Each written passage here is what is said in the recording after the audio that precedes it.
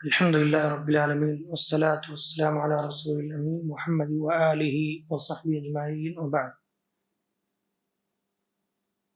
17ویں پارے کا خلاصہ انشاءاللہ آپ کے سامنے پیش کریں گے۔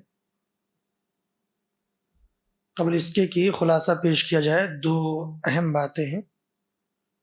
ایک تو وطر کے تعلق سے، جیسا کہ میں نے بتلایا کہ جو صورتیں اس میں پڑھی جاتی ہیں عموماً زیادہ تر وہ کیا ہے، مستحب ہے، واجب نہیں ہے۔ اس لیے کبھی اگر دوسری صورت پڑھی جائے تو یہ نہیں سوچنا چاہیے کہ ارے بھائی کیا ہوا کہ دوسری صورت پڑھ رہے ہیں یعنی کوئی حرج محسوس نہ کریں اس میں۔ دوسری چیز، کبھی کبھی اللہ کے نبی صلی اللہ علیہ وسلم نے دعائے قنوت کو، جو دعا ہے قنوت کی، اس کو ترک بھی کیا ہے، تو کبھی کبھی ترک کرنا بھی جائز ہے۔ انشاءاللہ اس پر بھی کسی دن عمل کریں گے کہ بغیر دعا کے ہی وطر پڑھیں گے۔ ایک اہم بات یہ ہے کہ جو تعاون مسجد میں ہو رہا ہے، اس میں بسا اوقات بعض احباب کی جانب سے یہ باتیں پہنچی کہ زکوٰۃ کا مال نکالے ہوئے ہیں اور اسی میں سے 100-200 مسجد میں بھی دیتے ہیں، جو کہ جائز نہیں ہے۔ زکوٰۃ کا مال مسجد میں نہیں دے سکتے آپ۔ زکوٰۃ کے جو مصرف ہیں وہ 8 ہیں، اس میں مسجد نہیں ہے، مدرسہ بھی نہیں ہے، لیکن کچھ اصول و ضوابط کے ساتھ اس کو رکھا گیا ہے، علماء نے اس کو باقی رکھا ہے، کچھ اصول و کچھ شرائط کے ساتھ۔ مثلا کہ وہاں پر یتیم بچوں کی کفالت ہو رہی ہو، وہاں پر غریب بچے پڑھ رہے ہوں جو مستحق ہوں، ہے نا، ان کے لیے کھانے پینے کا انتظام ہو رہا ہو، تو کچھ اس کے لیے استثنائی صورت نکالی ہے علماء نے، ورنہ مدارس بھی نہیں ہیں۔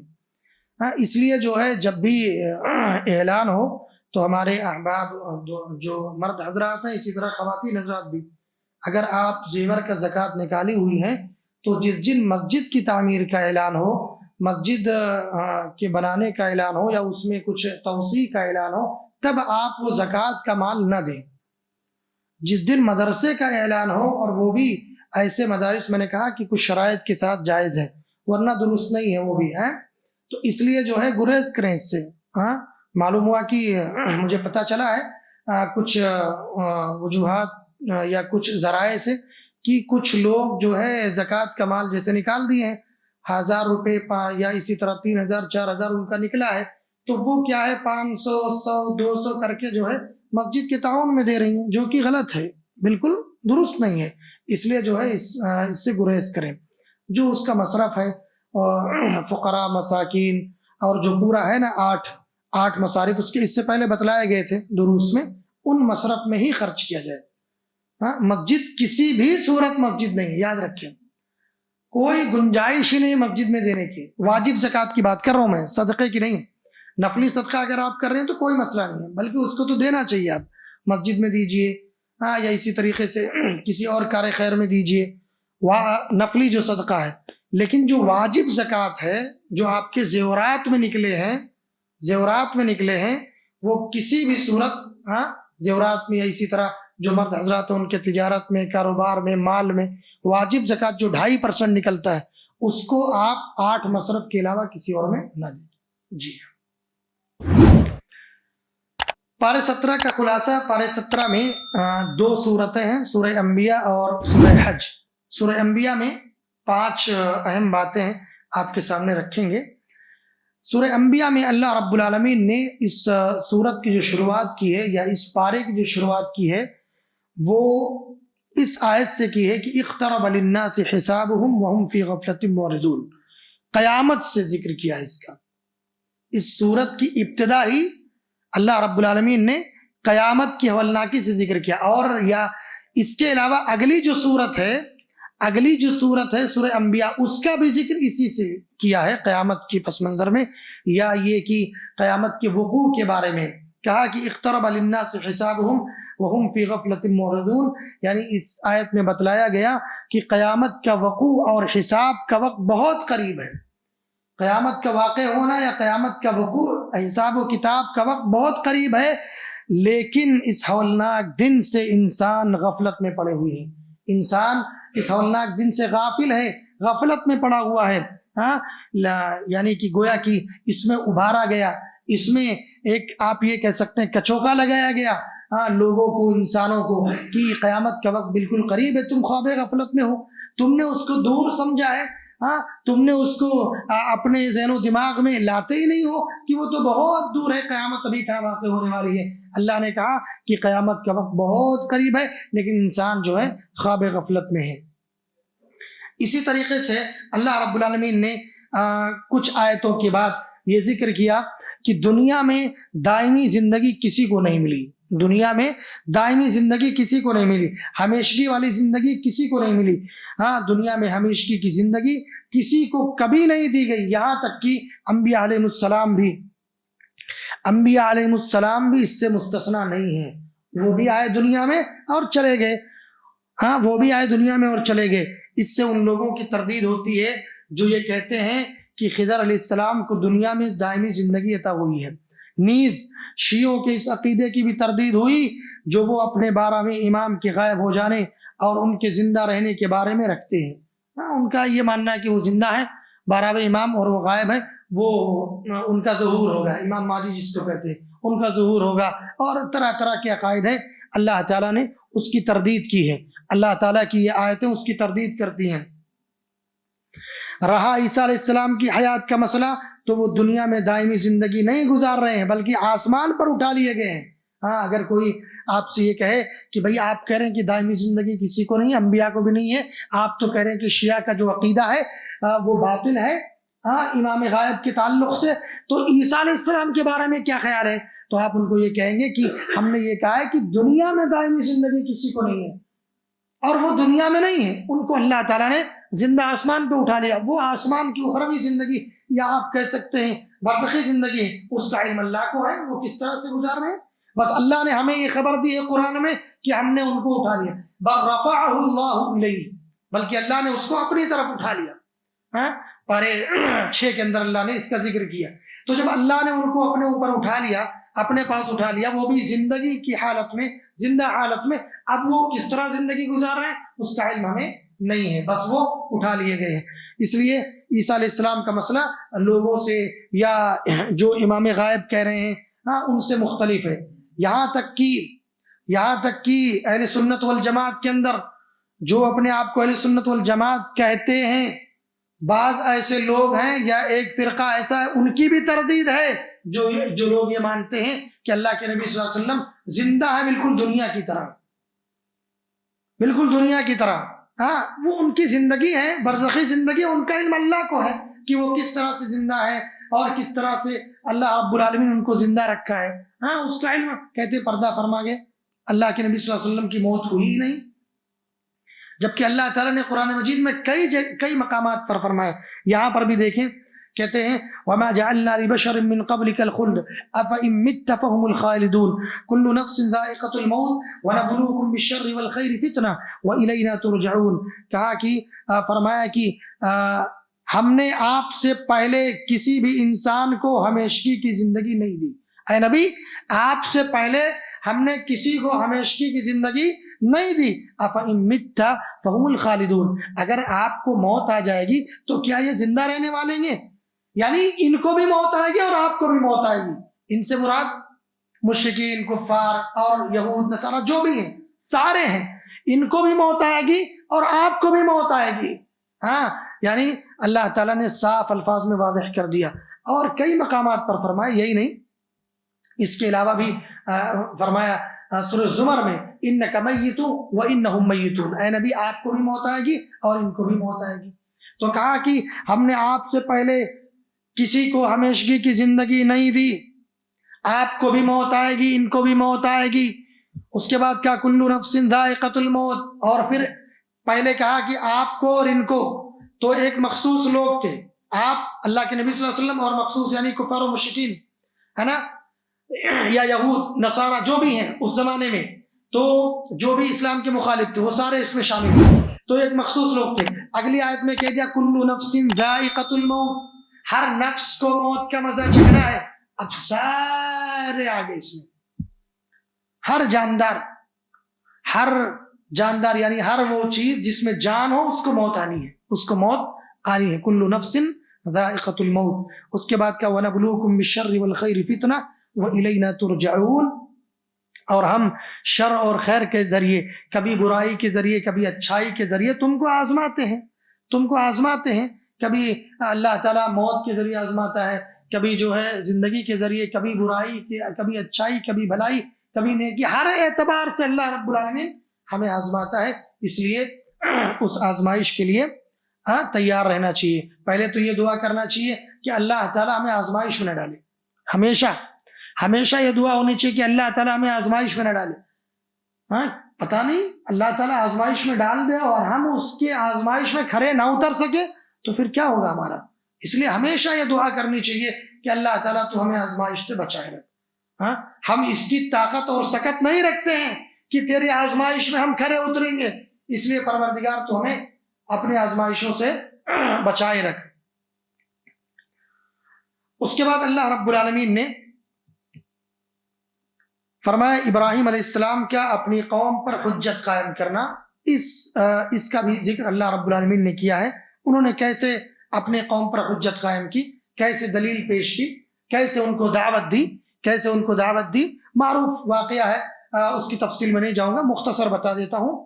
وہ یہ کہ ان کی قوم کے لوگ جب ابراہیم علیہ السلام نے جس خاندان میں آنکھ کھولی وہاں پر کیا بت پرستی ہو رہی تھی اور بت تراشے جا رہے تھے، بنائے جا رہے تھے ان کے گھر میں، وہیں سے بزنس ہو رہا تھا. اس سے پہلے بھی تھوڑی مختصر اس کا ذکر ہوا ہے. اس کے بعد کیا ہوا کہ جب انہوں نے توحید کی دعوت دی تو لوگوں نے ستایا. ان کے والد نے ان کو گھر سے نکال دیا، کہا تم کو جو ہے سنسار کریں گے، تم ہمارے یہاں سے نکل جاؤ وغیرہ وغیرہ. انہوں نے کیا کیا، ان کی قوم والے، ان کے لوگ جب باہر کسی میلے میں گئے تھے، کسی فیسٹیول میں گئے تھے، انہوں نے کیا کیا، جا کر کے جتنے بت تھے سب کو توڑ دیا، بتوں کو توڑ دیا. توڑنے کے بعد کلہاڑی جو ہے اٹھا کر کے بڑے بت میں لگا دیا، بڑے بت کے اس میں گردن میں لگا دیا. اس کے بعد آئے لوگوں نے کہا کہ یہ کس نے کیا. تو کیا ان لوگوں نے کہا قالوا سمعنا فتى يذكرهم يقال له ابراہیم، ہم نے سنا ہے ایک نوجوان کو جس کو ابراہیم کہا جاتا ہے، وہ ہمارے معبودوں کو برا بھلا کہتا ہے، وہی ہو سکتا ہے. گئے سارے لوگ ان کے پاس پہنچے، ابراہیم علیہ السلام کے پاس، کہا تو نے ہمارے معبودوں کے ساتھ کیا کیا. قالوا انت فعلت هذا بآلهتنا یا ابراہیم، اے ابراہیم ہمارے معبودوں کے ساتھ تو نے یہ کیا کر دیا، اتنا برا حال، سب کو توڑ دیا. تو انہوں نے کہا قال بل فعله كبيرهم، ارے میں نے نہیں کیا، یہ بڑے نے کیا ہے، اس سے پوچھو، یہ بڑا ہے جو نا، اس نے چھوٹے چھوٹے سب کو توڑ دیا، یہ بڑے سے پوچھو.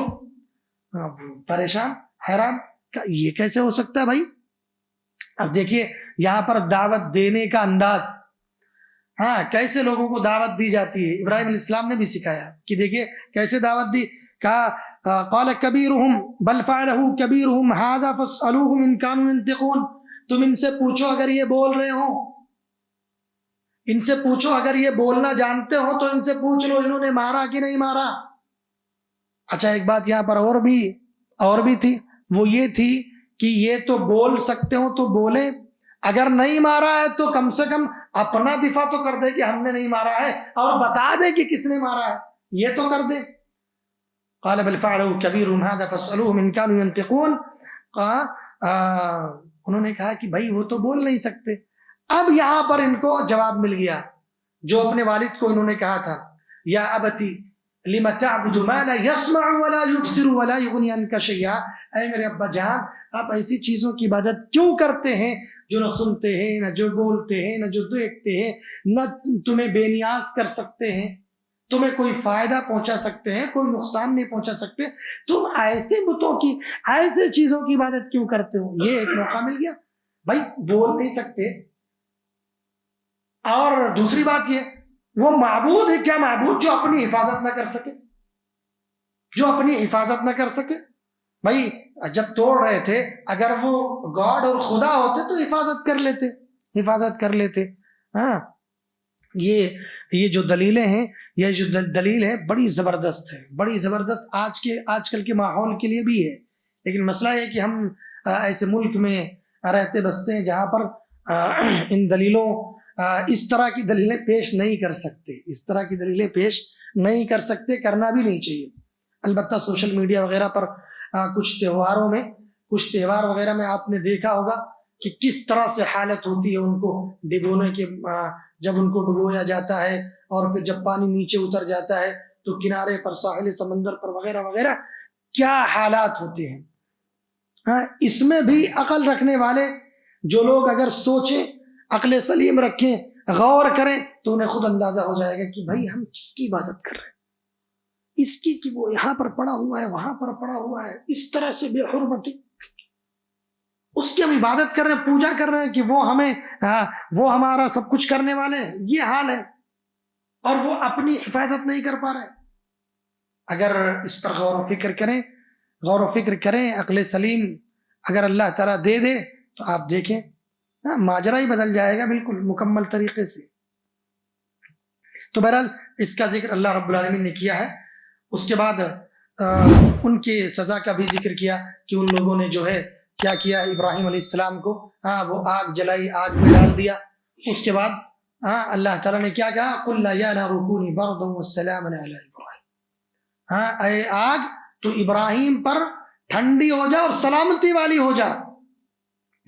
صرف ٹھنڈی نہیں ہونا، ٹھنڈی ہو گئی زیادہ ہو گئی تو سردی ہو جاتی، اس لیے کہا ٹھنڈی ہو، ایسی ٹھنڈک جو نقصان نہ پہنچائے، سلامتی والی ٹھنڈک ہو. سبحان اللہ. اچھا، اس سے اللہ رب العالمین کی قدرت کاملہ کی دلیل، اللہ کی توحید کی دلیل کیا ہے؟ وہ یہ ہے کہ اللہ تعالیٰ کا اصول یہ ہے کہ آگ کس کا کام کرتی ہے بھائی؟ جلانے کا کام کرتی، رائٹ؟ آگ کا کام کیا ہے کہ وہ جلائے، ہے نا؟ اور اللہ تعالیٰ نے اس کے جو جلانے کی صفت تھی اس کو چھین لیا، ختم کر دیا. آگ کی صفت کیا ہے کہ وہ جلا دے، لیکن اصول یہی کہتا ہے کہ وہ جلائے گی، لیکن اللہ چاہے تو کچھ نہیں کر سکتے. اللہ رب العالمین کی قدرت کاملہ کی بہت بڑی دلیل ہے، بہت بڑی دلیل ہے. جیسے کہ ابھی عیسیٰ علیہ السلام کا ذکر ہوا، اصل اصول کیا ہے؟ اصول یہ ہے کہ جو انسان دنیا میں آیا ہے اس کو موت آئے گی. عیسیٰ علیہ السلام کو اٹھا کر کے اللہ نے یہ اپنی وحدانیت کو ثابت کیا کہ نہیں، ہم چاہیں تو زندہ بھی اٹھا سکتے ہیں. سبحان اللہ، ہم چاہیں تو زندہ بھی اٹھا سکتے ہیں. تو دیکھیں توحید کامل کی یا قدرت کاملہ کی دلیل کس طرح سے اللہ تعالیٰ ہر چیز پر قادر ہے، جو چاہے کر سکتا ہے. اصول کچھ بھی ہو، وہ بھی اصول اللہ ہی کا بنایا ہوا ہے. اللہ تعالیٰ چاہے تو توڑ دے. یہاں پر دیکھیے آگ کا اصول کیا ہے؟ اصول یہ ہے کہ آگ جو ہے جلانے کا کام کرتی ہے. اللہ نے اس کو چھین لیا. ابراہیم علیہ السلام کو کہا، آگ کو کہا کہ ٹھنڈی ہو جا، اور ایسی ٹھنڈی جو تکلیف نہ دے، سلامتی والی ٹھنڈک ہو جائے.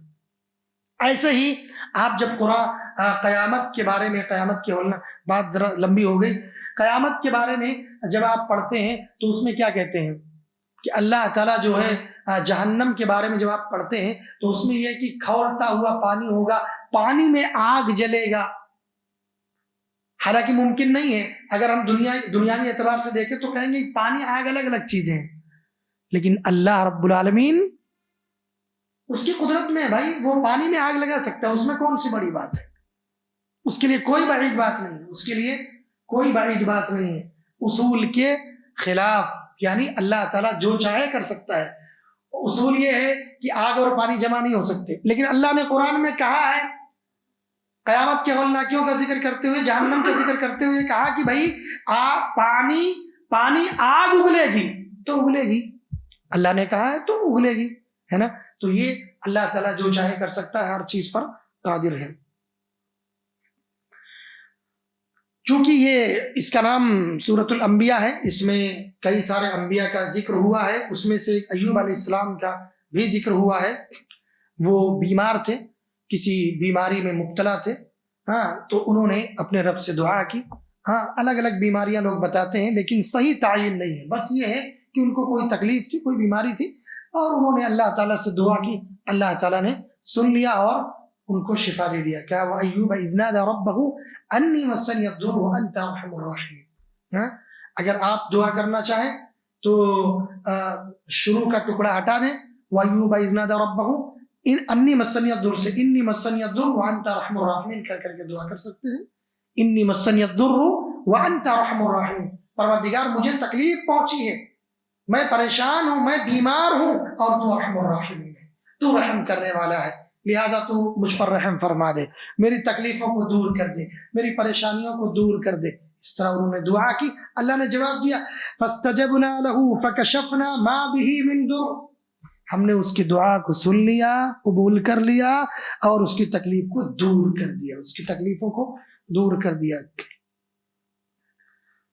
یونس علیہ السلام کا بھی ذکر ہے اس میں، ان کی دعا کا بھی ذکر ہے اس میں.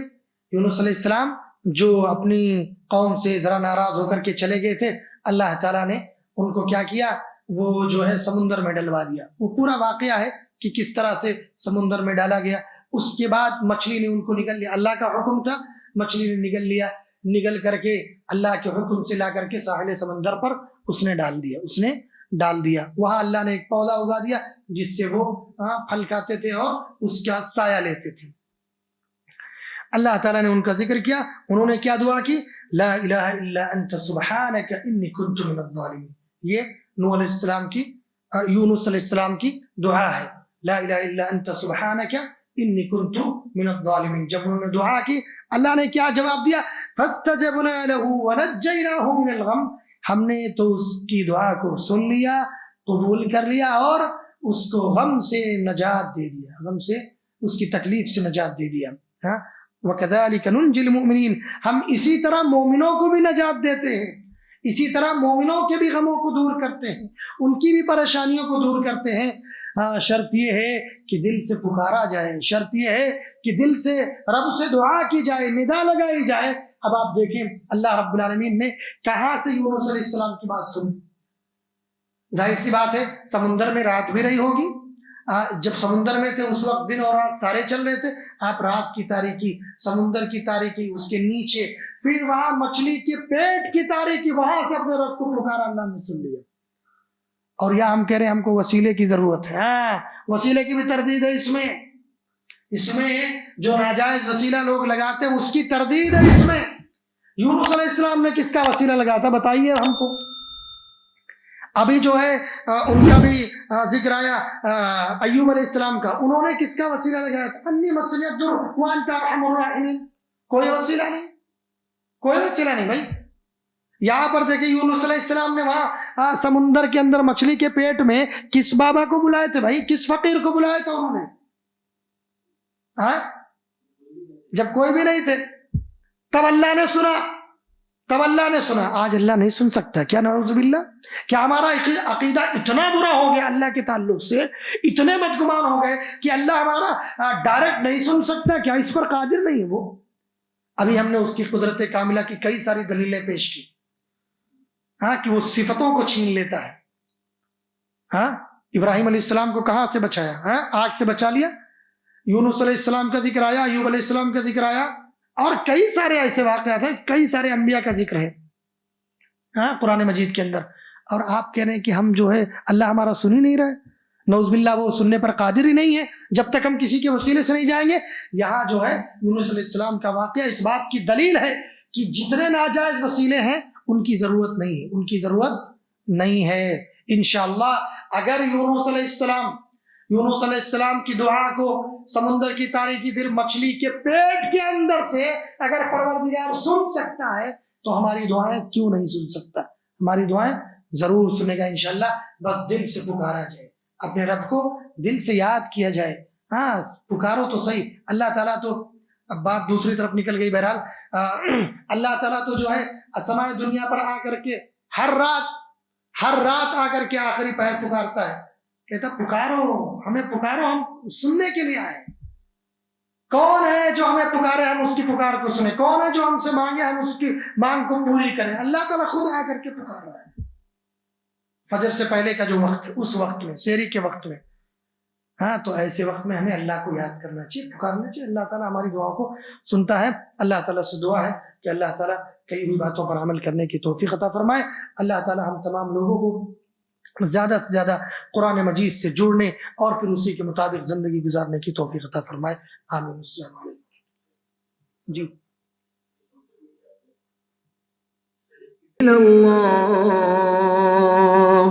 ان اللہ بصیر بالعباد.